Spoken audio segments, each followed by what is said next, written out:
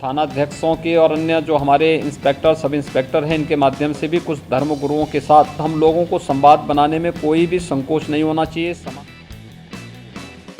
लगभग 1.5 महीने का समय हमारे लिए बहुत महत्वपूर्ण होगा।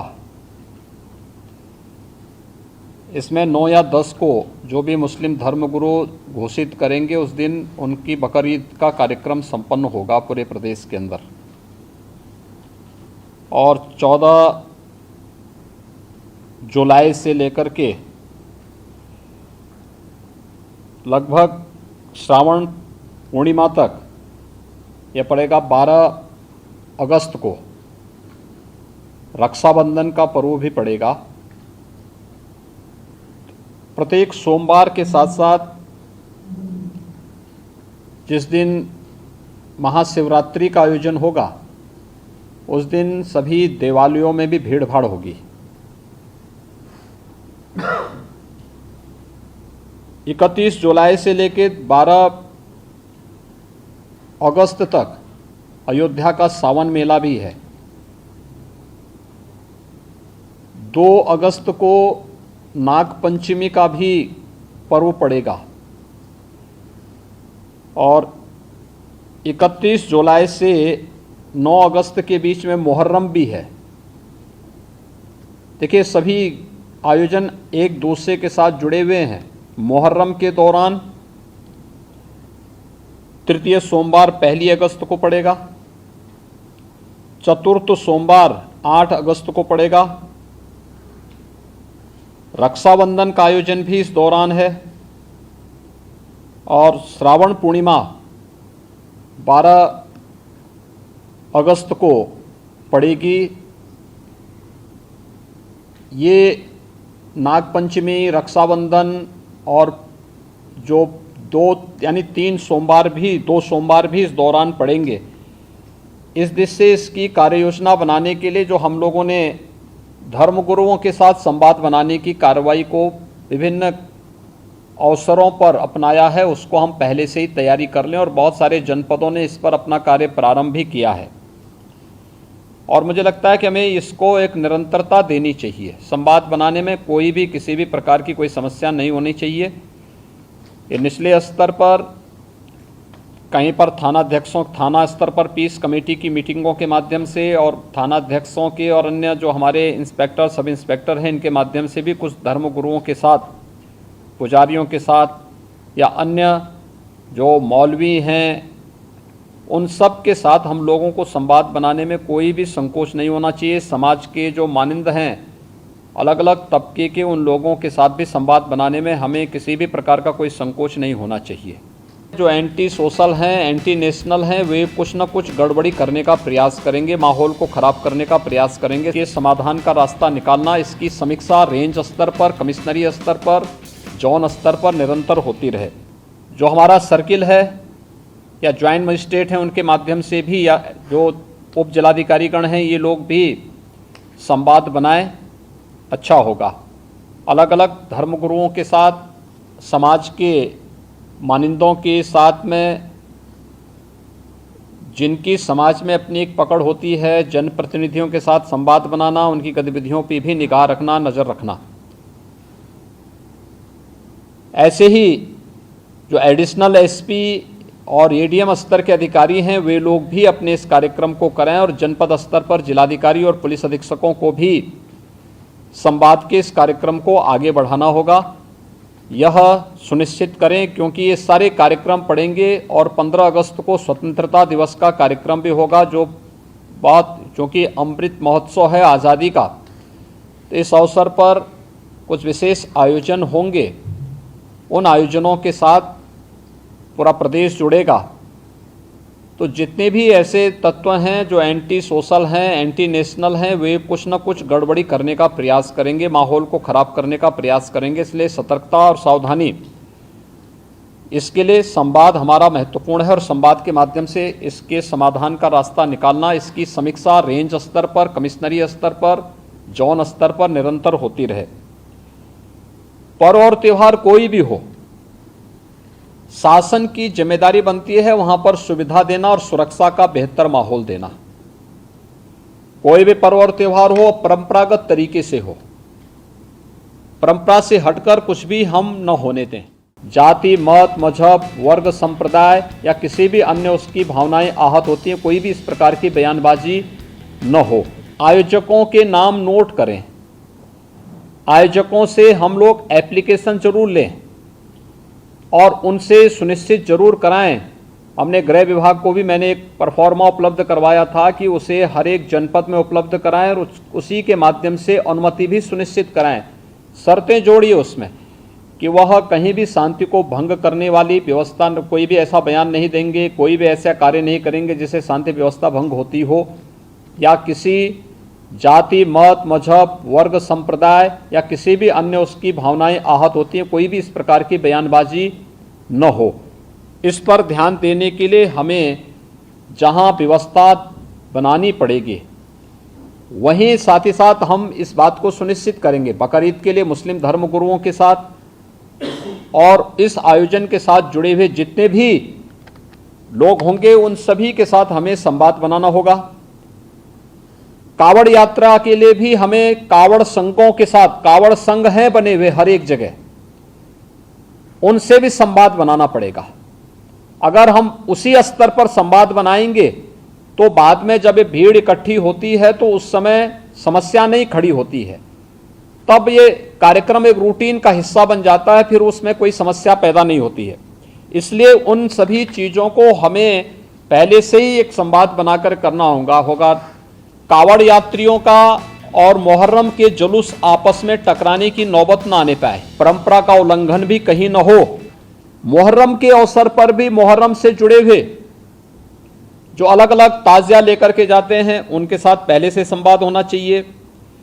कहीं भी कावड़ यात्रियों का और मुहर्रम के जुलूस आपस में टकराने की नौबत न आने पाए, इसके लिए पहले से रूट तैयार कर लेना, पहले से सुनिश्चित करना कि किसी की भावनाएं आहत भी न हो और दोनों कार्यक्रम संपन्न हो जाएं, परंपरा का उल्लंघन भी कहीं न हो, इस बात को सुनिश्चित करेंगे और इस पर हम लोग पहले से ही ध्यान देंगे जिससे कहीं भी कोई बात न हो। बकरीद के दिन कुर्बानी जहां होगी वह सार्वजनिक स्थल नहीं होगा, जो निर्धारित स्थल और पहले से चली आ रही वहीं पर होगा। और कुर्बानी के बाद जो भी वहां पर सॉलिड वेस्ट पड़ा हो उन सबको निस्तारण करने की भी व्यवस्था की जानी चाहिए। नगर विकास के द्वारा और पंचायती राज विभाग के द्वारा स्वच्छता को, सैनिटाइजेशन को जहां प्राथमिकता के आधार पर आगे बढ़ाना होगा, वैसे भी संचारी रोग नियंत्रण का एक कार्यक्रम 1 जुलाई से चल रहा है। स्वच्छता, सैनिटाइजेशन उसका प्रमुख पार्ट है।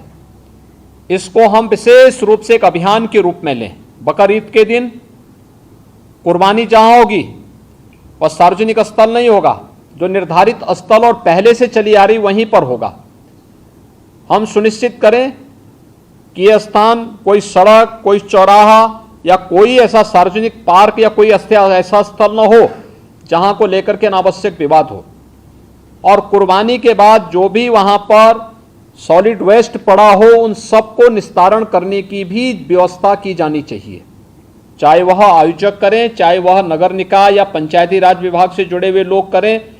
इस व्यवस्था को पहले से सुनिश्चित होना चाहिए कि कुर्बानी के तत्काल बाद उसकी सफाई की व्यवस्था भी हो जाए जिससे गंदगी न होने पाए।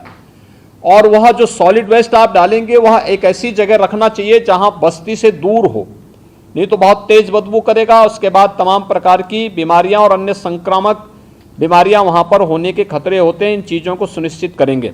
उसको पानी में बहाएंगे भी नहीं, ये भी सुनिश्चित करेंगे। जल जमाव न हो कहीं भी नगरीय क्षेत्र में, चाहे वह बकरीद से जुड़े हुए आयोजन हो, कावड़ यात्रा से जुड़े हुए हो, नाग पंचमी के कार्यक्रम हो, या फिर श्रावण पूर्णिमा के या सावन जो मेला लगता है अयोध्या में, कहीं भी जल जमाव न हो, इस बात को भी हमें ध्यान में रखना होगा। शुद्ध पेयजल की आपूर्ति के लिए भी विशेष व्यवस्था देखनी पड़ेगी। हम लोग लगातार देख रहे हैं, लगातार न्यूज़पेपर में, अन्य जगहों पर हम लोग इस बात को देखते हैं कि शुद्ध पेयजल की आपूर्ति नहीं हो रही है। हो सकता है बरसात के कारण कहीं कोई समस्या आ रही हो, वहां पर हम लोगों में एक अवेयरनेस तो पैदा कर ही सकते हैं कि अगर पानी इस प्रकार का है तो वह पानी को गर्म करके छानने के बाद तब उसका सेवन करें। हम उनको उनके भरोसे न छोड़ें।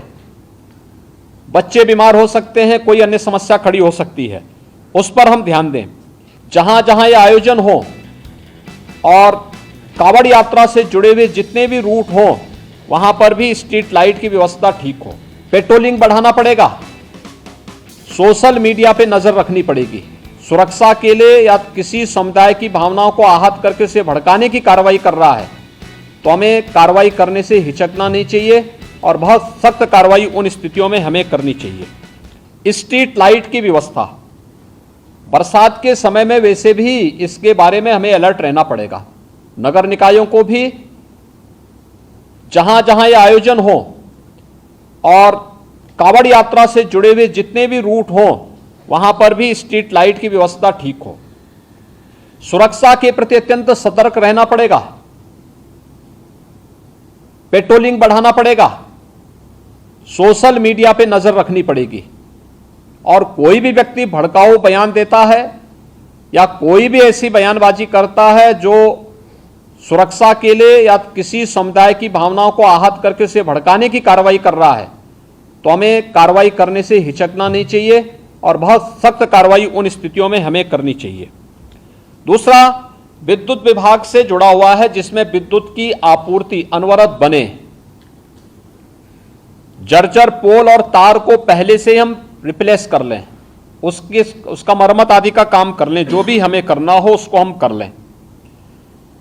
सड़कों की मरम्मत सुनिश्चित कर लें, ये ग्रामीण हो, शहरी क्षेत्र की सड़कें हो, जिन सभी संबंधित विभागों से हो, जिलाधिकारी और मंडलायुक्तगण इन सब की समीक्षा जनपद स्तर पर सुनिश्चित कर लें कि कहीं भी और जवाबदेही के साथ करवाएं। जल जमाव न हो, गंदगी न हो, सड़कों में गड्ढे न हो, इन बातों को हम सुनिश्चित करें। मीट मछली कावड़ यात्रा की रूट पर न हो, कावड़ यात्रा भी परंपरागत रूट से ही जाए, परंपरागत रूट से हटकर जाने की परमिशन हम कतई न दें। इन सभी कार्यक्रमों के लिए हो विशेष कंट्रोल रूम की स्थापना करके मीट मछली कावड़ यात्रा की रूट पर न हो, अच्छा होगा। अनावश्यक उसके कारण उत्तेजना पैदा हो सकती है या उस रूट पर कोई ऐसा कार्य न होने पाए, क्योंकि कभी कभी लोग शरारतन कर देते हैं कि उस रूट पर ही किसी प्रतिबंधित पशु को मार करके फेंक देते हैं, जिससे वे लोग उत्तेजित हो सकें, क्योंकि जो शरारती तत्व हैं वो हर प्रकार का संभव प्रयास करेंगे। हमें उसके प्रति सतर्कता बरतनी चाहिए। ऐसे ही वह जो कार्यक्रम जो भी हो परंपरागत तरीके से हो, कुर्बानी प्रतिबंधित स्थलों पर न हो, या कावड़ यात्रा भी परंपरागत रूट से ही जाए, परंपरागत रूट से हटकर जाने की परमिशन हम कतई न दें और पहले से हम उन सब के साथ संवाद बना लें कि जबरदस्ती जो रूट नहीं है उस रूट पर जाने का कोई भी प्रयास न करें। इन बातों को हम सुनिश्चित करेंगे हर जनपद में, और जहां पर इन सभी कार्यक्रमों के लिए हो विशेष कंट्रोल रूम की स्थापना करके निश्चित उसकी वहां पर नियमित समीक्षा भी की जानी चाहिए। अंतर जनपदीय समन्वय के साथ ही अंतर्राज्यीय समन्वय को भी हम प्राथमिकता दें। प्रबंधन के बारे में भी जहां आवश्यक हो वहां पर हमें लोकल स्तर पर उसकी व्यवस्था सुनिश्चित करनी चाहिए। अंतर जनपदीय समन्वय के साथ ही अंतर्राज्यीय समन्वय को भी हम प्राथमिकता दें। खासतौर पर पश्चिमी उत्तर प्रदेश में गाजियाबाद से हरिद्वार के बीच में जो कावड़ यात्रा चलेगी, इस कावड़ यात्रा के रूट में अगर आप देखेंगे तो दिल्ली से, पंजाब से, हरियाणा से, राजस्थान से और भी अन्य स्थलों से काफ़ी बड़ी संख्या में कावड़ यात्री आते हैं। अच्छा होगा उन राज्यों के साथ हम पहले से संवाद बना लें, संवाद बना करके उनको राज्य सरकार के द्वारा क्या क्या नियम बनाए गए हैं उसके पालन के बारे में उनको बता दें। दूसरा, जो मैंने पहले भी कहा स्वास्थ्य विभाग में, कि जो लोग कोविड से इन्फेक्ट हुए थे सेकेंड वेव के दौरान, वह लोग बहुत लंबा पैदल चलने का प्रयास न करें। अनावश्यक रूप से उनके जीवन के साथ खिलवाड़ हो जाएगा। जा रहे हैं तो पानी की व्यवस्था सुनिश्चित करें, जगह जगह मेडिकल कैंप भी रहे और किसी भी प्रकार की कोई लापरवाही उन स्थलों पर न हो। इन बातों को हम ध्यान में रखेंगे। प्लास्टिक फ्री सभी आयोजन हो, किसी भी आयोजन में जब प्लास्टिक को हम लोग 19 में प्रतिबंधित कर चुके हैं और इधर भारत सरकार ने 1 जुलाई से प्लास्टिक पूरी तरह प्रतिबंधित किया है, तो हम लोग प्लास्टिक फ्री पूरी व्यवस्था को बनाने का प्रयास करें। स्वच्छता का विशेष ध्यान दें। कांवड़िया महिला और पुरुषों के लिए अलग अलग टॉयलेट हों, पर्याप्त मात्रा में जल की आपूर्ति वहां पर होती रहे, ये भी हम इसको देखें। और सतर्कता के लिए सेक्टर स्कीम अभी से हम लागू कर सकेंगे।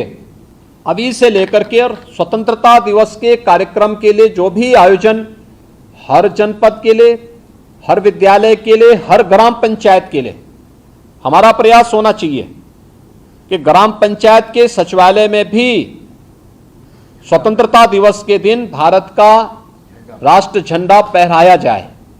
नगर निकायों में होना चाहिए, हर नगर निकाय के अंदर अच्छा आयोजन होना चाहिए, सांस्कृतिक कार्यक्रम होना चाहिए, राष्ट्रभक्ति के गीतों को का वहां पर कार्यक्रम हो, स्वतंत्रता संग्राम सेनानियों को। दूसरा, शहीद परिवारों के लोगों को, रिटायर्ड जो आर्मी से जुड़े हुए जितने भी रिटायर्ड पर्सन हैं, इन सबको बुला करके उनका सम्मान हो। शहीद परिवारों को, शहीद परिवार सेना से जुड़े हो सकते हैं, पैरामिलिट्री से जुड़े हो सकते हैं, पुलिस से जुड़े हो सकते हैं, आखिर उन्होंने भी तो सुरक्षा में योगदान दिया है। उन लोगों के सम्मान का कार्यक्रम होना चाहिए, हर एक जगह होना चाहिए। स्थानीय स्तर पर हो सकता है आजादी की लड़ाई के दौरान बहुत सारे ऐसे योद्धा रहे होंगे जो इतिहास के पन्नों में गुम हो गए होंगे, अज्ञात होंगे, लेकिन लोकल स्तर पर उनका गायन होता है। लोकल स्तर पर लोग लोक कथा के माध्यम से, लोक परंपरा के माध्यम से उनका श्रवण करते हैं। अच्छा होगा उन ग्राम पंचायतों में उनकी तस्वीर है तो उस तस्वीर के साथ हम वहां पे उन्हें इस अवसर पर श्रद्धांजलि देने का कार्य करें, उन्हें नमन करने का कार्य करें। तिरंगा हो, राष्ट्रगान, उन सभी गांवों में प्रयास हो कि ग्राम पंचायतें राष्ट्रगान उस अवसर पर वहां पर उसे आयोजित करें। जिन गांवों में अमृत सरोवर बन चुके हैं, अमृत सरोवर के तट पर ही आयोजन हो सके तो अच्छा होगा। उसकी फोटोग्राफ भी कलेक्ट करें ग्राम्य विकास विभाग कि ग्राम पंचायतों के साथ संवाद बना करके ग्राम्य विकास और पंचायती राज विभाग वहां पर इस कार्यक्रम को आयोजित करें। नगर विकास विभाग भी इस बात को सुनिश्चित करें कि अगर अमृत सरोवर बन चुके हो तो अमृत सरोवरों के तट पर भी कुछ कार्यक्रम लोकल पार्षद के नेतृत्व में इन आयोजनों को हम कर सकेंगे। उसका अपना एक मैसेज होगा। और समाज के हर तबके के मानिंदों को बुलाइए, जितने भी ऐसे सिविल सोसाइटी से जुड़े हुए नागरिक हैं उन लोगों को भी हमें इस आयोजन के साथ शामिल करना चाहिए और समाज के उन सभी लोगों को सम्मानित करना चाहिए जिनका योगदान राष्ट्रीय सुरक्षा के लिए या सुरक्षा बलों से लोग जुड़े हुए रहे हैं या कोई शहीद परिवार है, उन लोगों को हम लोगों को उस अवसर पर बुला करके सम्मानित करना चाहिए। इसकी एक विस्तृत कार्य योजना मुख्य सचिव के स्तर पर यहाँ पर राज्य स्तर से तैयार हो जाए और इसे भव्य रूप में आयोजित करने की व्यवस्था की जानी चाहिए। आयोजन जो 10 से प्रारंभ होंगे, सेक्टर प्रणाली हम सख्ती के साथ लागू करें। बेसिक शिक्षा परिषद और माध्यमिक शिक्षा परिषद के बच्चों को प्रभात फेरी निकाली जाए। उस दौरान स्वच्छता को लेकर के, जल संरक्षण को लेकर के, वृक्षारोपण को लेकर के, शहीदों के चित्रों को लेकर के प्रभात फेरी निकले और फिर वहां पर उस आयोजन को विद्यालय परिसर में सांस्कृतिक कार्यक्रम के साथ साथ राष्ट्रभक्ति के गीतों के साथ हम इन कार्यक्रमों को आगे बढ़ा सकें। आखिर देश की आजादी के अमृत महोत्सव कार्यक्रम का कोई मतलब तो होना चाहिए और उसे हम कैसे आगे बढ़ा सकते हैं, इस दिशा से हमें इन कार्यक्रमों के साथ जुड़ने की आवश्यकता है। आयोजन जो 10 से प्रारंभ होंगे, सेक्टर प्रणाली हम सख्ती के साथ लागू करें। 9 या 10 जुलाई से प्रारंभ होने हैं और 15 अगस्त तक चलेंगे। हम इन सभी कार्यक्रमों में पूरी सतर्कता बरतें। इस दौरान हमारा प्रयास होना चाहिए कि सभी सीनियर अधिकारी एक एक गतिविधि की मॉनिटरिंग करें, पेट्रोलिंग को बढ़ाएं। शरारती तत्व अपनी हरकतों से बाज नहीं आएंगे जब तक आप कठोरतापूर्वक उनके खिलाफ कार्रवाई नहीं करेंगे। और हमें कार्रवाई करने में किसी भी शरारती तत्व के खिलाफ एंटी सोशल और एंटी नेशनल एलिमेंट कोई भी हो, उसके खिलाफ कार्रवाई करने में कोई हिचक नहीं होनी चाहिए। किसी शरीफ व्यक्ति को अनावश्यक रूप से कोई भी व्यक्ति प्रताड़ित न करने पाए, इन चीजों को भी हमें ध्यान में रखना होगा। जो लोग सुरक्षा के लिए खतरा बने हुए हैं उनके साथ किसी प्रकार का कोई रियायत बरतने की आवश्यकता भी नहीं है। और इसलिए सेक्टर प्रणाली तत्काल लागू करते हुए बकरीद के कार्यक्रम को सभी मुस्लिम धर्मगुरुओं के साथ संवाद बना करके बेहतरीन तरीके से, शानदार तरीके से स्वच्छता के मानकों का ध्यान रखते हुए जो पहले से ही व्यवस्था बनाई गई है कि किसी सार्वजनिक स्थल पर कोई भी ऐसे कार्यक्रम हम नहीं होने देंगे जो अनावश्यक ट्रैफिक को जाम करता हो। जो परंपरागत रूप से कार्यक्रम चलते रहे हैं उन सब उन्हें छोड़ करके, खासतौर पर जैसे कावड़ यात्रा निकलेगी या मुहर्रम के जुलूस निकलेंगे, अगर वे परंपरागत रूप हैं, हमारा प्रयास होना चाहिए कावड़ यात्रा हो या फिर मुहर्रम के जुलूस, अस्त्र शस्त्र कोई लेकर नहीं जाएगा। पहले से हम सुनिश्चित करेंगे, हम संवाद बनाएं। त्रिशूल लेकर के भी कावड़ यात्रा में कोई जाता है तो पहले से उसको जानकारी देनी होगी, उस व्यवस्था के साथ बताइएगा। लेकिन कोई नंगी तलवार लेकर के जाएगा, इसकी अनुमति मत दीजिए। छुरा लेकर के जाएगा, इसकी अनुमति मत दीजिए। एयरगन लेके जाएगा, इसकी अनुमति मत दीजिए। अनावश्यक रूप से भावनाएं आहत न होने वाली कोई भी ऐसी हरकत प्रशासन के स्तर पर भी न हो, और कावड़ संघ हो या मुहर्रम के जुलूस हो, अस्त्र शस्त्र का प्रदर्शन न हो, यह भी हम सुनिश्चित करेंगे, जिससे स्थानीय स्तर पर किसी भी प्रकार की कोई कानून व्यवस्था के साथ खिलवाड़ करने की स्थिति ना आने पाए। हर एक जुलूस जो भी निकले उसकी निगरानी होनी चाहिए, ड्रोन के माध्यम से, सीसीटीवी कैमरे के माध्यम से, वीडियोग्राफी के माध्यम से। हमें करने में कोई संकोच नहीं करना चाहिए। कावड़ यात्रा की जो निगरानी हेलीकॉप्टर के माध्यम से होती है वह पूर्व की भांति उसी प्रकार से इस वर्ष भी होगी। हमें उसकी समीक्षा भी करनी चाहिए और जब भी उसकी आवश्यकता पड़ती है तो उसके अनुसार हम शासन से उसकी परमिशन लेकर के, शासन से उसकी व्यवस्था लेकर के वह भी सुनिश्चित करेंगे। एक निश्चित वॉल्यूम में ही बजना चाहिए और संवाद बना करके हम इस बात को सुनिश्चित करेंगे। हम प्रतिबंधित नहीं करेंगे, लेकिन उसको संवाद बना करके एक निश्चित वॉल्यूम में बजाने की परमिशन देंगे। और उसमें केवल अगर कावड़ यात्री हैं तो कावड़ यात्री इस बात को सुनिश्चित करेंगे कि वे उसमें केवल भगवान शिव से जुड़े हुए भजन ही बजाएंगे। कोई ऐसा फिल्मी गाना नहीं बजाएंगे जिसके कारण अनावश्यक रूप से माहौल खराब होता हो और धार्मिक भावनाएं एक सामान्य भक्त की आहत होती हो। यह भी हमें कावड़ यात्रियों से पहले से ही संवाद बना करके उनसे आग्रह करना चाहिए। ऐसे ही मुहर्रम के जुलूस में भी वे लोग डीजे बजाएंगे, हम सुनिश्चित करें उसकी वॉल्यूम को कंट्रोल करें। अनावश्यक रूप से ढोल और ताशा बजा करके शोरगुल उतना न बचाएं जो कान फोड़ू हो जाए, और कान फोड़ू व्यवस्था को हमें रोकना पड़ेगा, हर हाल में रोकना पड़ेगा। अस्त्र शस्त्र का अनावश्यक प्रदर्शन नहीं करेगा कोई। और हरेक जितने भी ऐसे लोग होंगे जो जुलूस का नेतृत्व करेंगे उनसे लिखित एफिडेविट भी आप लोग ले लेंगे स्थानीय स्तर पर पहले से व्यवस्था बना करके। तो पर्व और त्योहार में कोई खलल डालने का प्रयास नहीं करेगा, उसके नाम पर शांति भंग करने का दुस्साहस भी कोई नहीं करेगा।